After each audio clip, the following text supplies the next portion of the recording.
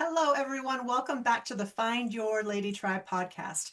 I am your host, Brenda Ridgely, and this season is all about the midlife funk and the transformations that happen to women in midlife as we navigate our roles and grow beyond them. So I'm really excited to be talking to Chris Wasco today, who has an incredible story to share. And I'll tell you a little bit more about Chris.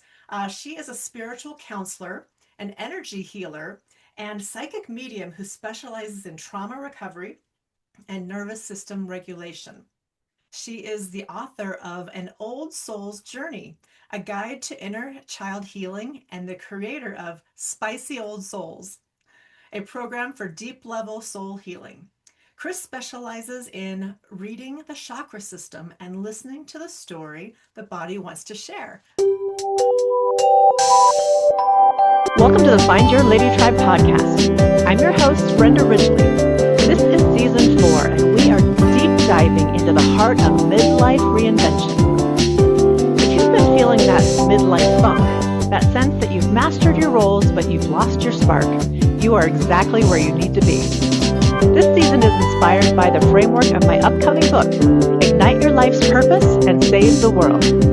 We're going to help you move from autopilot to on fire by hearing from incredible women who have reclaimed their own life force. It's time to stop just going through the motions and start living your next chapter with intention. Let's ignite that spark. Save the world, sister. All so fascinating, Chris. I'm so interested in talking to you today. And we always start in the messy middle. So tell us a little bit about your midlife funk. What was this? What did this season of your life look like for you? And maybe at the time you felt like more of a collection of roles than a whole person and the soul that you really are. Absolutely. My midlife funk was being daughter, wife, and mother. And what I recognized at this point in my life is how extremely narcissistic my parents were. And while there were hints over the years and there was a lot of abuse, it's what I knew. It's what was my normal. So I accepted it. And You didn't know as any better. yeah, it's exactly. I did not know better. As I started to recognize it was touching my children and eventually my husband, because my father is physically abusive. I finally said, enough. I'm not doing this anymore. And it was the starting point of a massive life change, but I was terrified because when you have parents like I do, you're used to them punishing you. So I was just waiting, what are they going to do? How are they going to try and hurt me? Are they going to try and take my kids from me? I was thinking all the worst things, all the fear responses were activated. But it started my journey of healing, an intense journey of healing, a very difficult journey of healing. But doing so allowed me to recognize all that I had dealt with in life and how it affected my nervous system. Can I ask you a And question about, yeah, you said, so, I mean, you grew up in an abusive situation, but you really didn't know any better because that's just the way it was. But when it started touching your children, that's when it was like, uh-uh.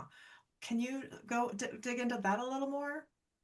yeah, my father hit my first child and he was 2 years old. So nothing was warranted here.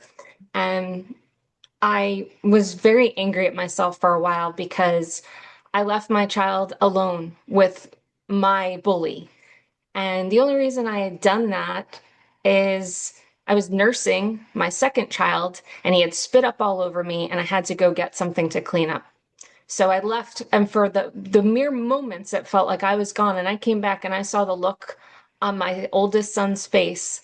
I knew what happened because I used to wear that look.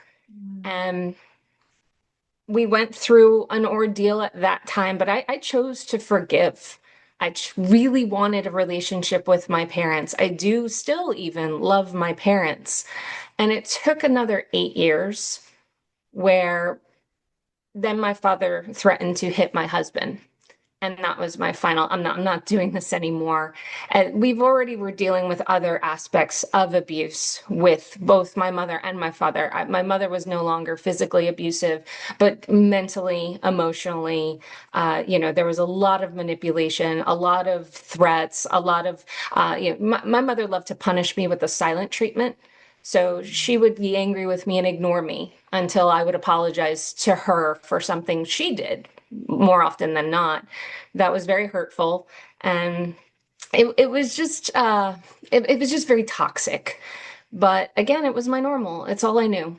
And I knew that it needed to change, and in order to create the change, I needed to be the change. Yeah, And Mama it Bear was the came hardest out. decision, Yeah. very hard decision, the hardest thing I've ever done, but it changed my life for the better. And my only regret is not doing it sooner. I really feel I should have cut them off when my father hit my oldest.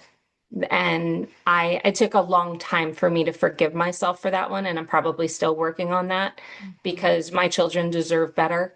And it allowed me to do better in many ways. And I feel cutting them off allowed me to see myself better, to see a lot of the toxic traits I took on because that was the environment I was raised in. Yeah.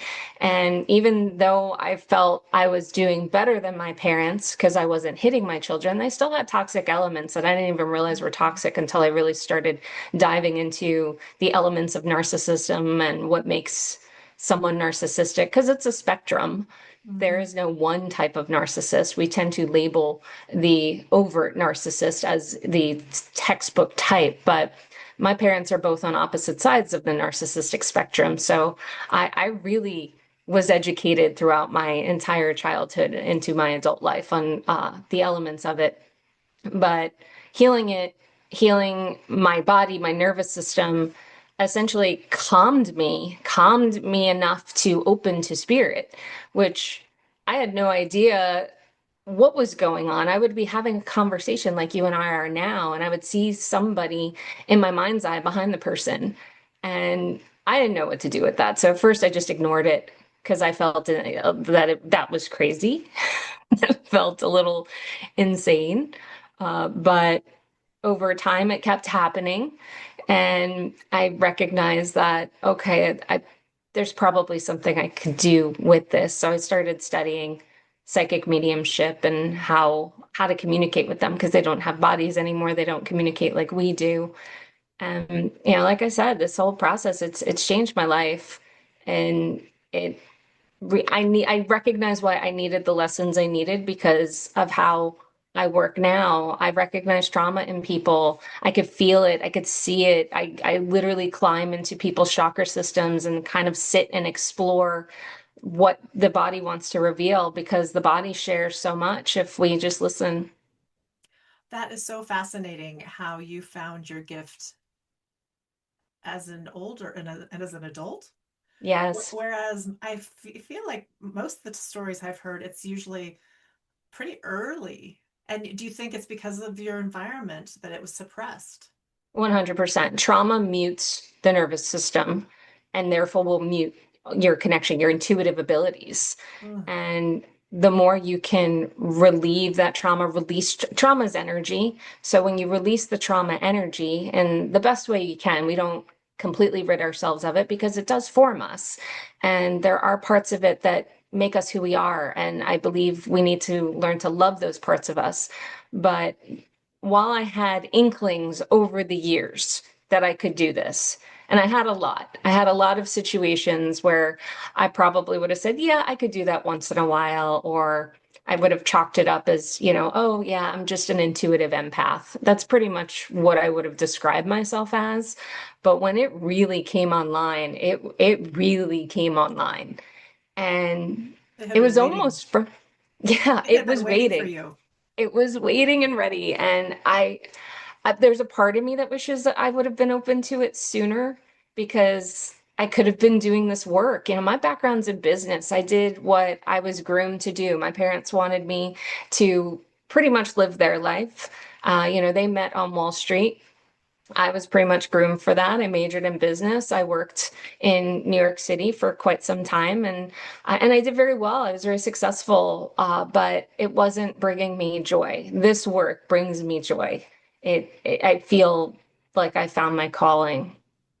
Oh, that's wonderful. So can we kind of talk about the steps? Okay, so first of all, you decide to cut ties with your parents.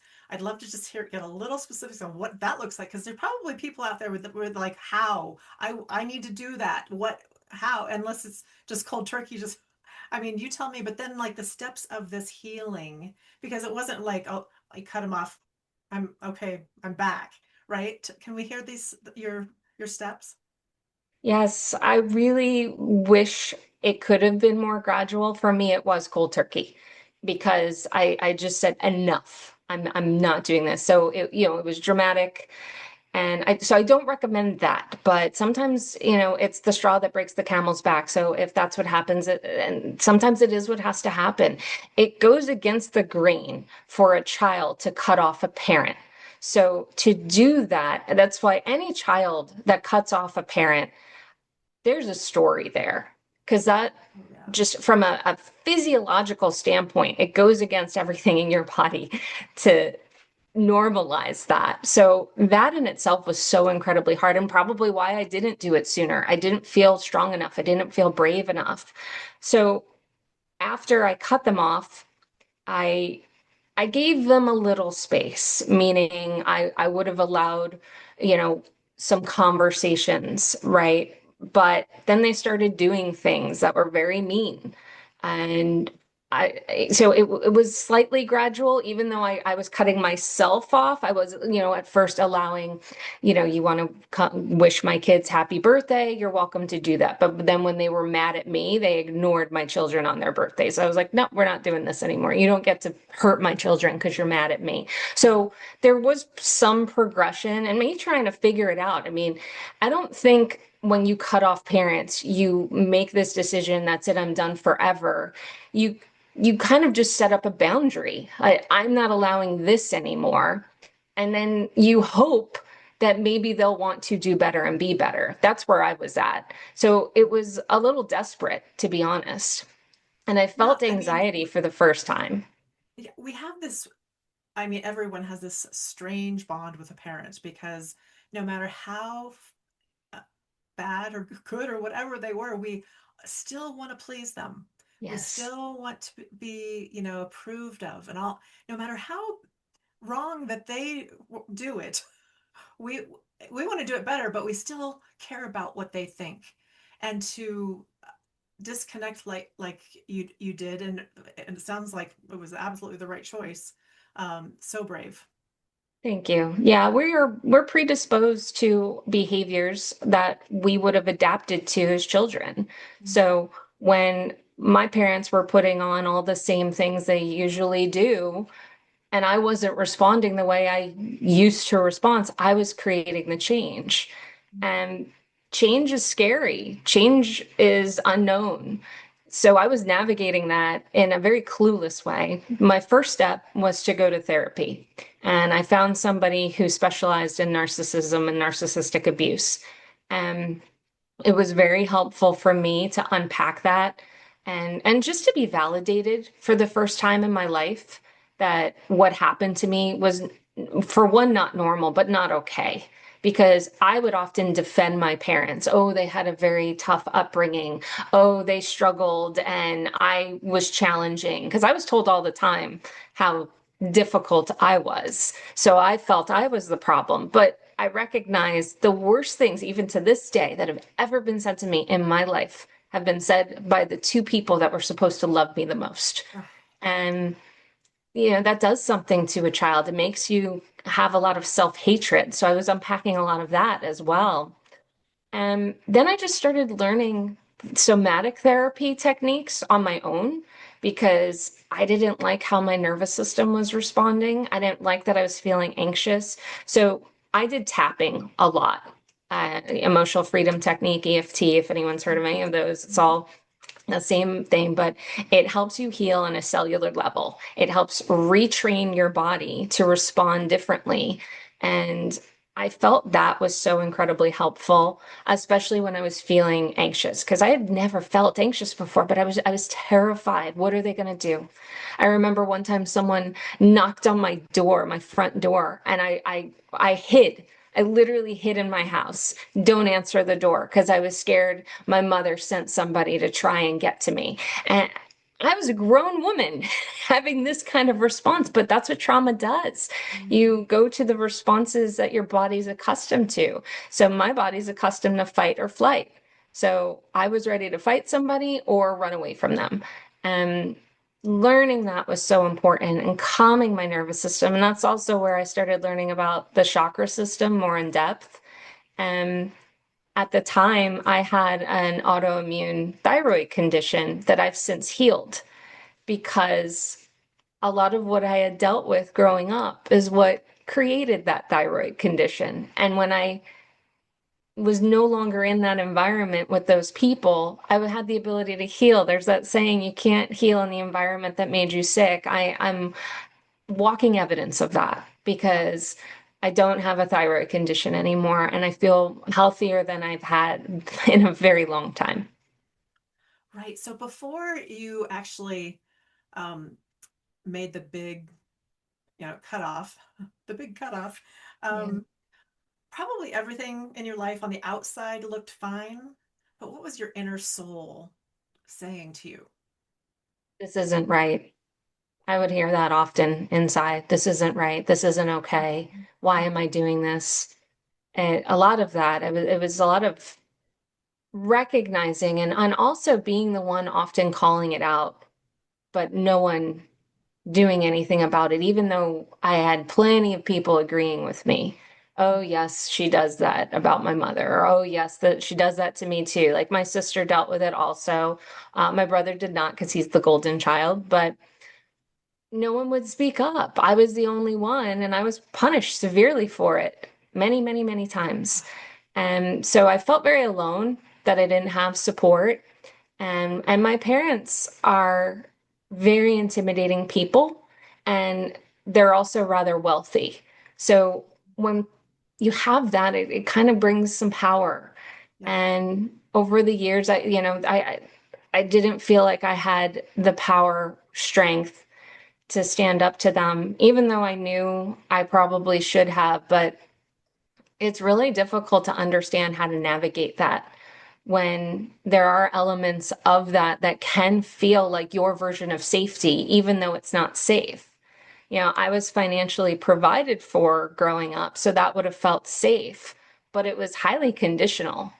I probably would have been better off trying to figure it out on my own somehow, as hard as that would have been, to have not dealt with the things I dealt with them. Yeah. But we only know what we know. And when we know better, we do better.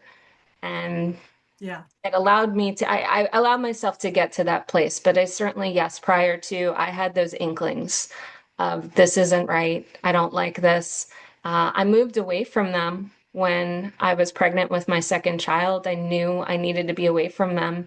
And I even had said to my husband, I don't trust my father near my children, or near our children, I should say. And I was right. And I just regret that moment of, again, it was acting, oh, I just got spit up on. I need something, thinking it's just for what, maybe a minute. Hmm. And it's amazing what could happen in a minute. It is. And you were going through all this new motherhood, these new motherhood emotions and hormones and all that stuff too. So add that all up. I mean, it's that's just you had a lot. Yes, and I thank you for saying that because I don't feel we give ourselves enough credit for all we Mhm. go through as mothers, especially in those early years. I was absolutely overwhelmed, and we often feel drawn to our parents, our Yes. own mothers, Yes. to be there, to help us, to support us. And what my mother did was try and convince my son that it didn't happen. And I lived that, and then I was witnessing that with my own child, and I said, "No, you are not doing this to him."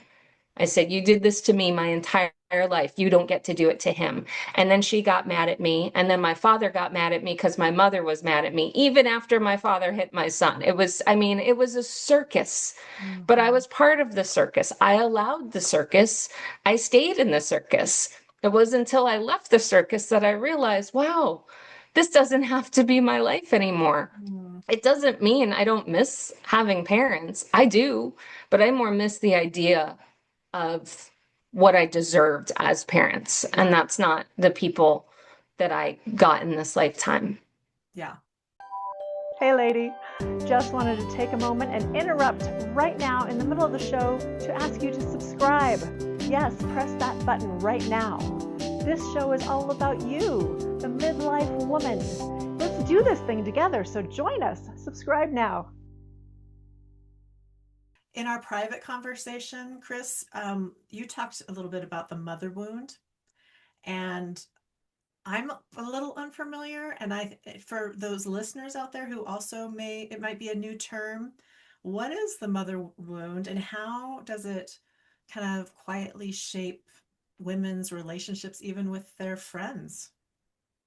The mother wound is often related to the relationship we had or have with our own mothers. And even if it was non existent, it can create a wound. It forms something. Usually, I see it in the heart chakra, sometimes other chakras, depending on how the body was affected. But it creates an energy within us that affects how we relate with other women, especially.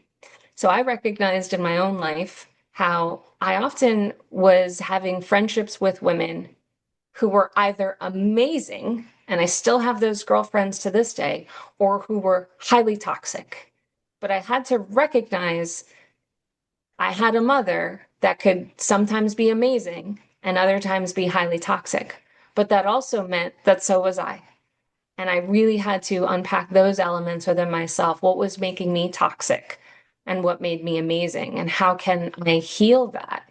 And the mother wound is a vulnerable wound because it can make us feel very isolated, sad, and lonely, and feel like we can't have friendships with other women.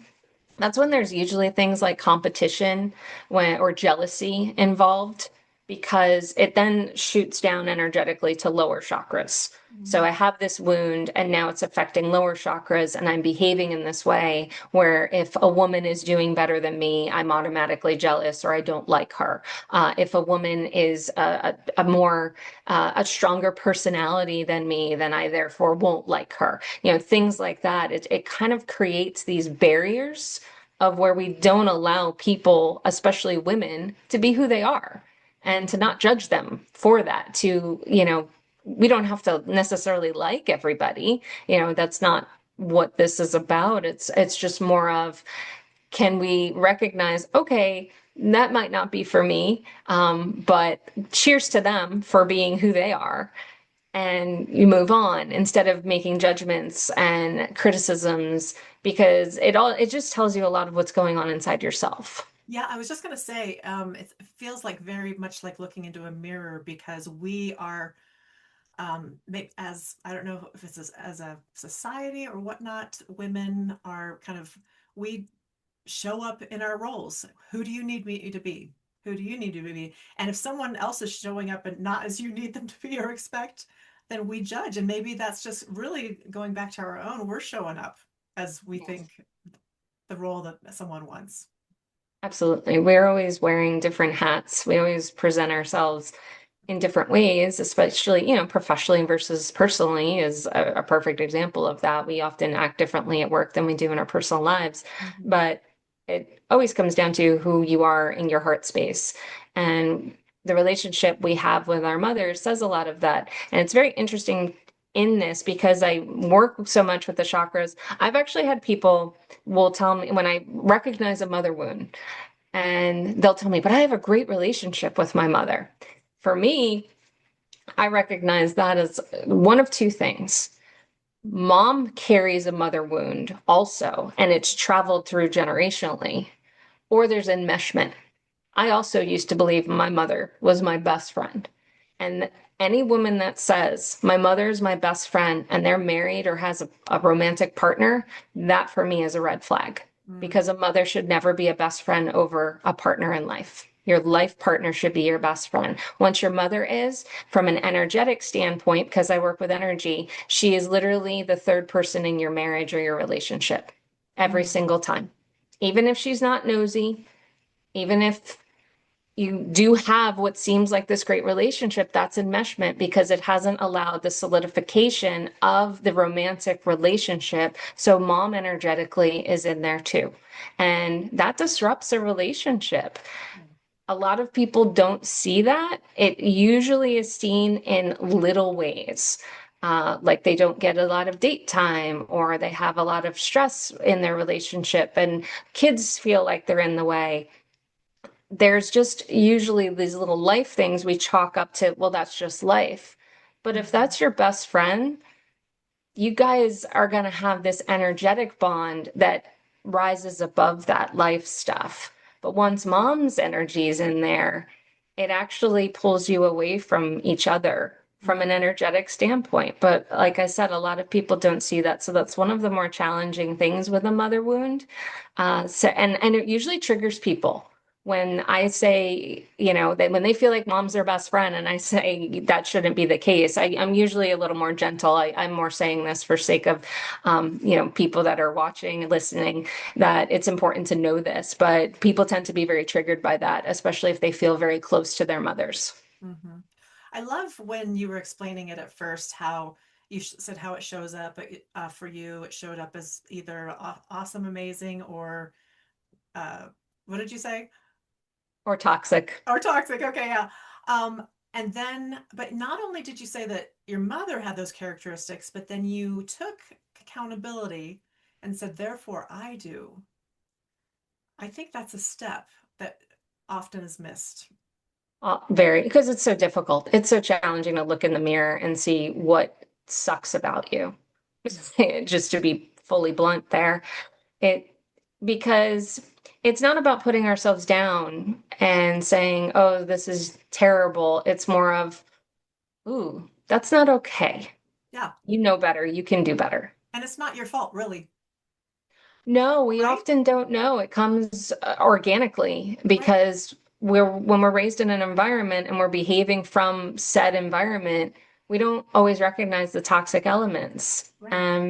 Like the silent treatment is a perfect example because oftentimes when people are hurt, they shut down.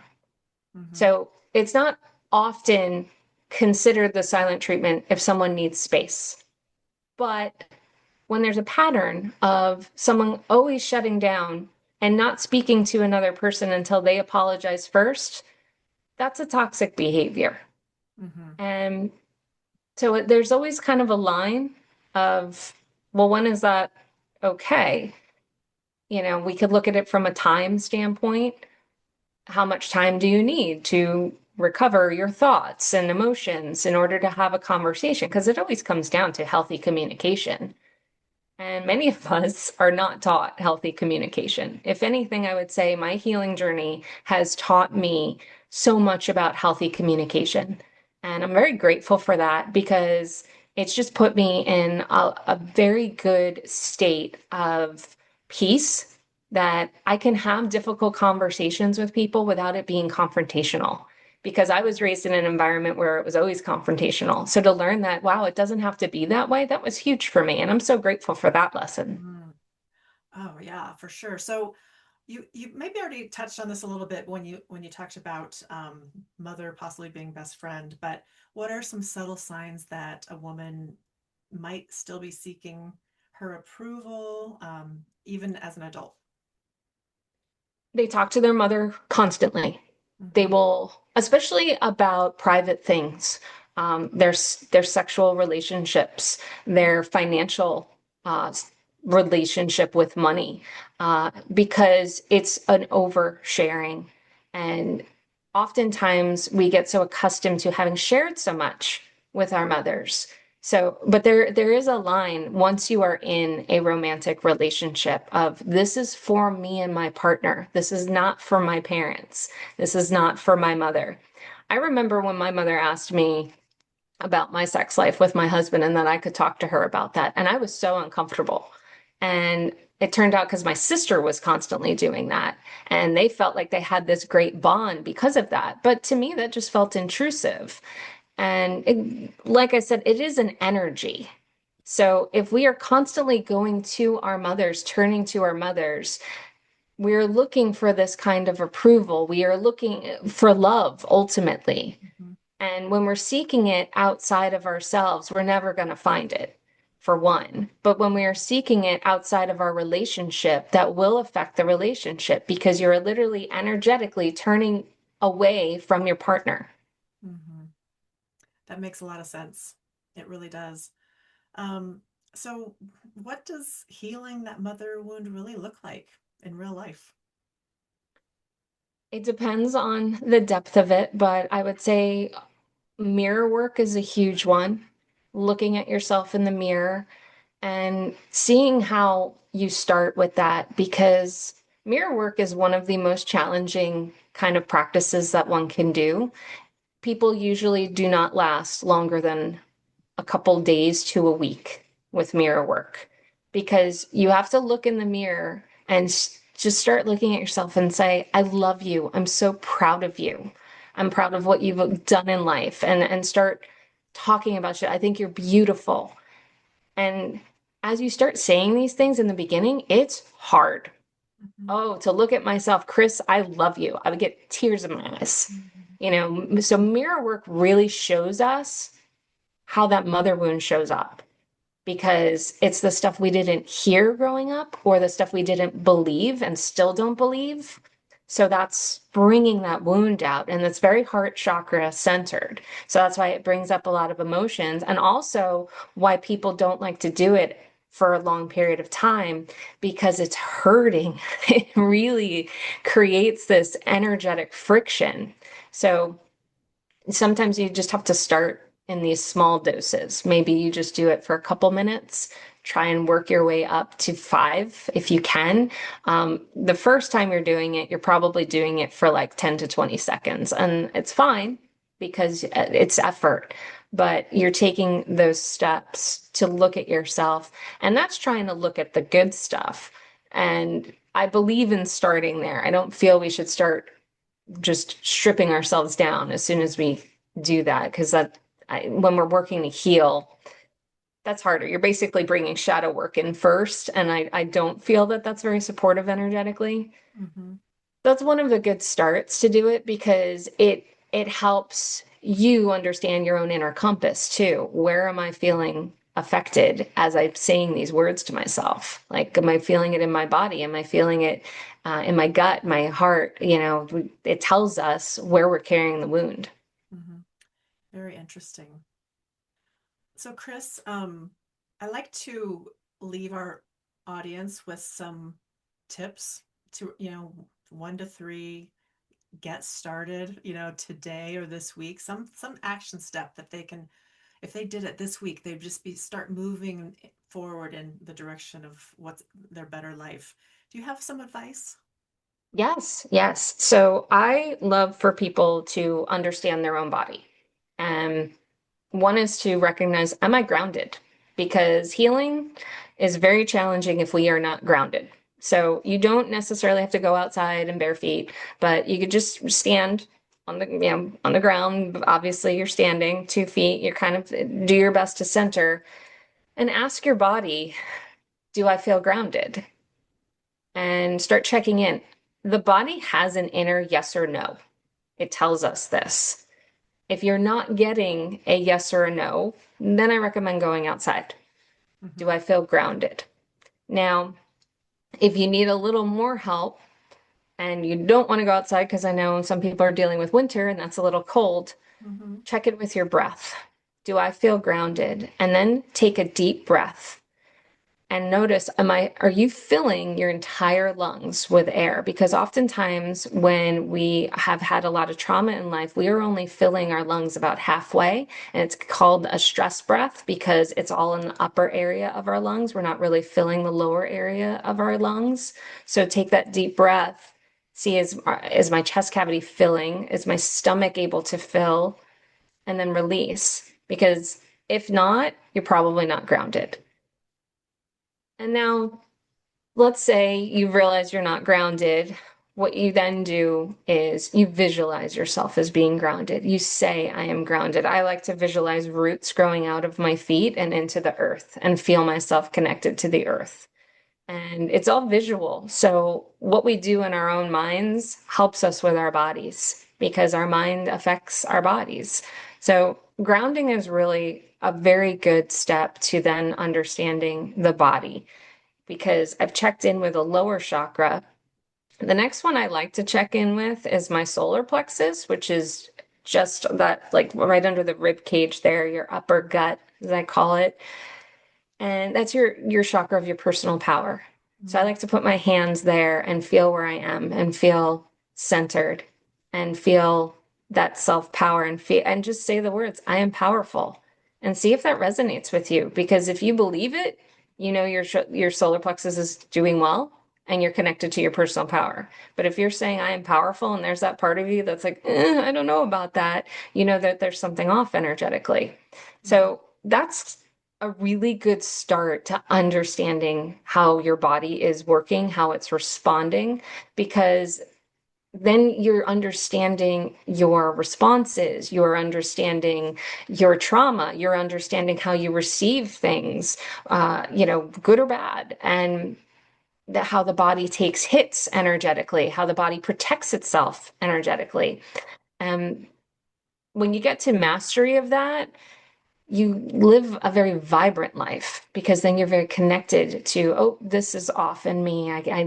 I can work to heal that, or this is off in me. When we're starting, we feel like everything's off because it's just, I don't even know what to do. So that's why I say start simply, start to see if you're grounded, and then check in with your solar plexus. I love that. Just taking some time to be present, really, Exactly. and feeling yourself and taking note of how you're feeling. That's Thank you for that. Of So, Chris, course. how do we find you? You can find me at my website, which is my name, chriswasco.com.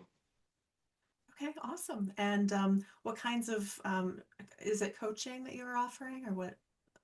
So I like to offer energy healing reading sessions as my most popular because people like when their chakras are read to see what story their body is sharing. And I also teach spiritual development classes because, like me, when people start healing all these elements, they realize they become more and more intuitive, but they don't know what to do with it. Mm. And I remember feeling so lost, and I like to help people feel less lost on that journey.